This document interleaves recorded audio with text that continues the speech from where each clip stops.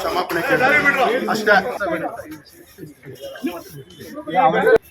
ನಾಯಕ್ ಅವರು, ಯೋಗೇಶ್ ಅವರು ಬಂದು ನಾವು ಅನೇಕ ವಿಚಾರಗಳು ಹಂಚ್ಕೊಂಡಿದ್ವಿ. ಅವರು ಬಂದಾದಮೇಲೆ ಮತ್ತು ಶಿವರಾಮೇಗೌಡರು ಬಂದಾದಮೇಲೆ ನಾನು ಕೂಡ ಯಾರಿಗಾರು ಮನಸ್ಸಿಗೆ ಮತ್ತು ರಾಜ್ಕುಮಾರ್ ಅಭಿಮಾನಿಯವರ ಸಂಘದವರಿಗೆ ಮನಸ್ಸಿಗೆ ನೋವಾಗಿದೆ, ಅದು ನನ್ನ ಕಡೆಯಿಂದ ನಾನು ವಿಷಾದ ವ್ಯಕ್ತಪಡಿಸ್ತೀನಿ. ನಾನು ಕ್ಷಮೆನೂ ಕೇಳ್ತೀನಿ. ಮತ್ತು ಮುಖ್ಯವಾಗಿ ಯಾರ ಮನಸ್ಸು ನೋವು ಮಾಡೋದು ನನ್ನ ಉದ್ದೇಶ ಅಲ್ಲ. ರಾಜ್ಕುಮಾರ್ ಅಭಿಮಾನಿಗಳು ನಾನು ಸಹ, ಆದರೆ ಮುಖ್ಯವಾಗಿ ನಮ್ಮ ಸಮಾಜದ ಜಾಗೃತಿ ಆಗಬೇಕು, ಒಂದು ಉತ್ತಮ ಪ್ರಜಾಪ್ರಭುತ್ವ ಕಟ್ಟಬೇಕು. ರಾಜ್ಕುಮಾರ್ ಅವರು ಕಂಡ ಕನಸಿನ ಚಿತ್ರರಂಗ ನಾವು ಕೂಡ ಕಟ್ಟಬೇಕು, ಅದು ನಮ್ಮ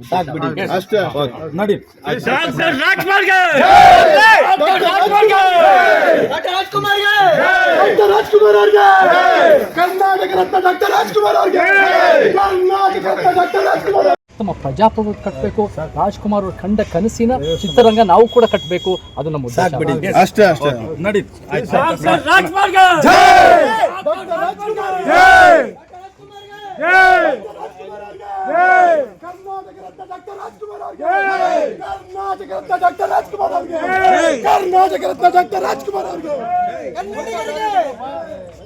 ಬಿಟ್ಬಿಡಿ, ಸಣ್ಣ ಪುಟ್ಟ ಘಟನೆಗಳು ಬಿಟ್ಬಿಡಿ.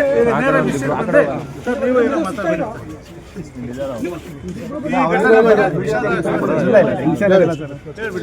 ಈಗಾಗಲೇ ನಾಯಕ್ ಅವರು, ಯೋಗೇಶ್ ಅವರು ಬಂದು ನಾವು ಅನೇಕ ವಿಚಾರಗಳು ಹಂಚ್ಕೊಂಡಿದ್ವಿ.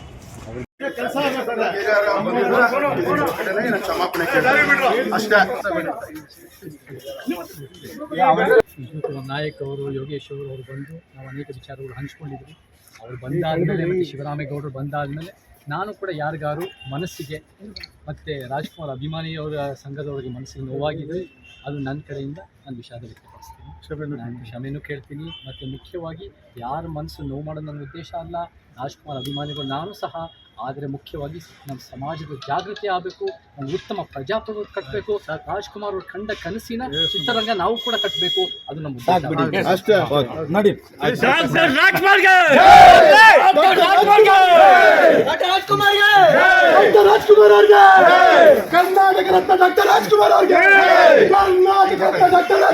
ಉತ್ತಮ ಪ್ರಜಾಪ್ರಭುತ್ವ ಕಟ್ಟಬೇಕು. ರಾಜ್ಕುಮಾರ್ ಅವರು ಕಂಡ ಕನಸಿನ ಚಿತ್ರರಂಗ ನಾವು ಕೂಡ ಕಟ್ಟಬೇಕು, ಅದು ನಮ್ಮ ಅಷ್ಟೇ ಅಷ್ಟೇ. ನೋಡಿ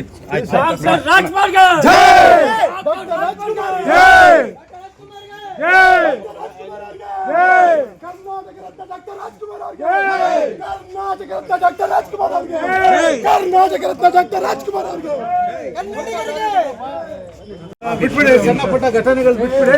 ನೇರ ವಿಷಯ ಬಂದ್ರೆ ನೀವು ಏನೋ ಮಾತಾಡಬೇಡಿ.